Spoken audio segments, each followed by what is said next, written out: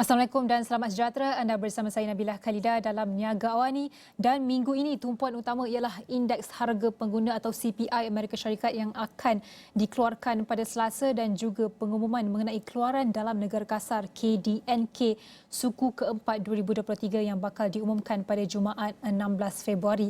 Dan bercakap mengenai KDNK, prestasi mencapai sasaran atau tidak, kita ingin meneliti apakah yang akan menjadi penyumbang utama kepada prestasi tersebut dan sejauh mana penambahbaikan yang diperlukan ekonomi negara. Jadi untuk mengulas lanjut, yang bersama saya dalam talian ialah pengarah program MBA Putra Business School, Profesor Madya Dr. Ahmad Razman Abdul Ratif. Selamat pagi. Selamat pagi Nabilah. Baik Prof, ekonomi Malaysia dijangka tumbuh 3.4% pada suku tahun keempat tahun lalu 2023 berbanding 3.3% pada suku tahun sebelumnya. Jadi realitinya, adakah sasaran ini akan tercapai atau sebaliknya?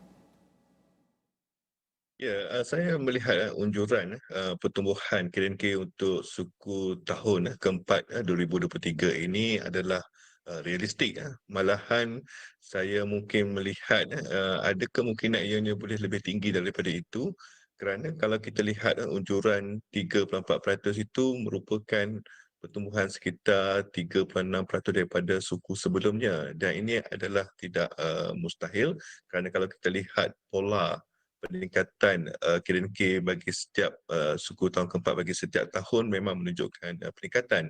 Dan kalau kita dapatlah orang kata meningkatkan pertumbuhan itu sekitar 3.9%, maka unjuran Bank Negara bagi tahun lepas iaitu sekitar 4 hingga 5% akan tercapai. Dan itu yang saya lihat secara realiti ini, sasaran ini adalah kata boleh dicapai, malahan mungkin menepati sasaran 4% pada tahun 2023 ini. Seperti yang Prof katakan tadi, tidak mustahil untuk kita mencapai unjuran 3.4% itu tadi. Tapi mungkin kita nak tahu juga sektor mana yang mungkin akan mengalami prestasi peningkatan, atau mungkin sektor mana yang akan mengalami penurunan yang ketara untuk suku ketiga nanti, suku keempat tahun lalu. Ya, kalau kita melihat pertumbuhan KDNK sejak 3 suku berturut-turut daripada suku tahun kedua, ketiga, keempat tahun lepas, ianya sebenarnya tidak berlaku mana-mana peningkatan ataupun penurunan yang ketara pada mana-mana sektor, tetapi ianya kekal bahawa negara kita masih lagi didorong hasil ataupun pendapatannya daripada sektor-sektor utama seperti sektor perkhidmatan, elektrikal dan elektronik, dan juga komoditi. Kalau kita lihat memang berlaku peningkatan um, permintaan terhadap barangan elektrikal dan elektronik sepanjang tahun lepas, dan juga komoditi mencatatkan harga yang kompetitif. Namun ianya tidaklah orang kata berlaku permintaan ataupun penawaran yang begitu ketara, tetapi orang kata apa, macam mana, continuous improvement secara sedikit demi sedikit. Baik, seperti yang Prof katakan tadi, antara tumpuan untuk dari segi sektor yang kita perlu fokuskan ialah permintaan dari segi E&E, electrical dan electrical. Jadi mungkin apa antara cabaran utama yang kita perlu perhatikan untuk suku keempat 2023 ini?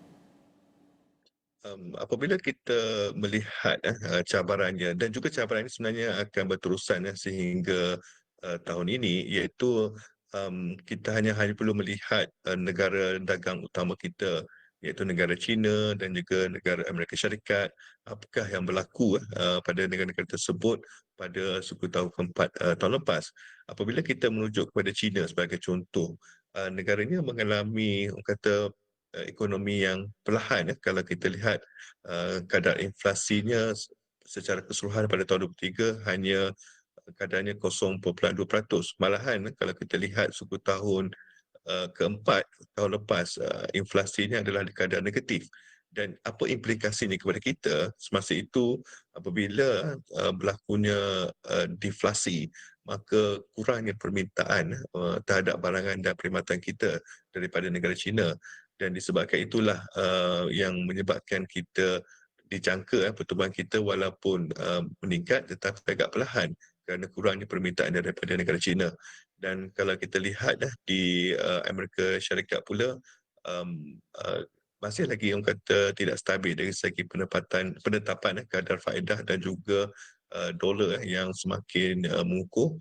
Ini menyebabkan, barangan import kita menjadi agak mahal dan apabila kita mahu mengeksport kembali barangan yang menggunakan komponen import ini yang juga menyebabkan, eksport kita walaupun meningkat tetapi perlahan peningkatan tersebut. Inilah yang saya lihatlah cabaran-cabaran yang berlaku pada suku tahun keempat pada tahun lepas. Dan antara cabaran luar lain ialah seperti ketegangan geopolitik di Timur Tengah dan juga gangguan krisis Laut Merah itu sendiri. Jadi bagaimana kedua external factors ini akan mempengaruhi sebagian besar prestasi keseluruhan KDNK 2023? Ya, walaupun kita lihatlah apa yang berlaku di Timur Tengah, di Laut Merah, ianya bukannya melibatkan negara dagang utama kita kerana negara dagang utama kita seperti saya sebut negara China, Amerika Syarikat dan juga kebanyakan negara ASEAN terutamanya Singapura. Bermakna tidak ada krisis di Laut Cina Selatan sebagai contoh yang boleh memberi kesan atau impak kepada prestasi KDNK kita. Tetapi ianya tetap berlaku sebagai contoh apabila berlaku sekatan di laluan kapal di Laut Merah itu ianya menyebabkan kadar freight ataupun kos untuk um, membawa barangan di segenap dunia ini menjadi lebih tinggi kosnya dan itu juga boleh menyebabkan berlakunya gangguan kepada permintaan dan penawaran.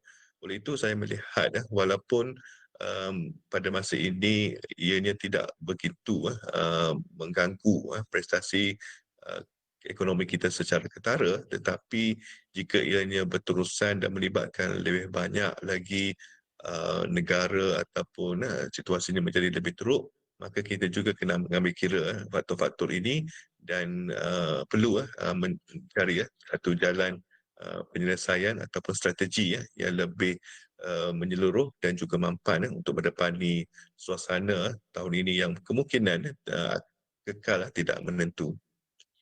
Dan memasuki tahun 2024, sudah pun memasuki bulan Februari, bulan kedua, KDNK tahun ini dijangkakan lebih baik berikutan peningkatan ekspor bersih, permintaan dalam negeri dan juga perdagangan positif walaupun perlahan.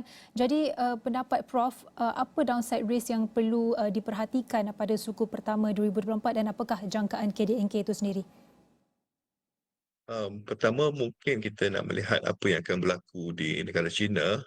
Memang tahun lepas mereka mengalami penurunan dari segi kadar inflasi sehingga menjadi deflasi dan juga pertumbuhan ekonomi yang tidak begitu memberasakan walaupun masih positif tetapi tidak seperti yang diharapkan.